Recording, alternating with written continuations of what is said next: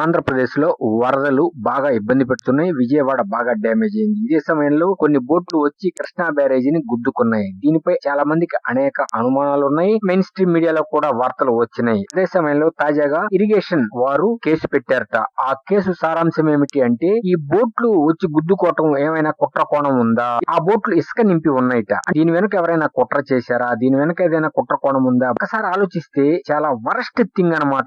ఒకవేళ కృష్ణా బ్యారేజీకి డ్యామేజ్ జరిగితే ఎంత నష్టం జరుగుతుంది, ఎన్ని ప్రాణాలు కోల్పోతాం? ఇటువంటి ఆలోచన చేసిన వారిని కఠినంగా శిక్షించాలని ప్రజలందరూ కోరుకుంటున్నారు. ఇదిను కాక వాటికి వైసీపీ రంగులేస్తున్నాయిట. అంటే వైసీపీ వారే ఏమైనా కుట్ర చేశారా? యాదృచ్ఛికంగా ఇసుక దొంగతనంగా తరలిస్తుంటే ఆ బోట్లు ఈ వరదలకు కొట్టుకొచ్చినాయి. ఈ విషయాన్ని ప్రస్తుతం వెలికి తీసి వారిని కఠినంగా శిక్షించాలి. ఒకవేళ కుట్ర కోణంగాని ఉంది అంటే ఎవరిని వదలకూడదు, వారిని కఠినంగా శిక్షించాలని ప్రజలందరూ ముక్త కంఠంతో నినదిస్తున్నారు.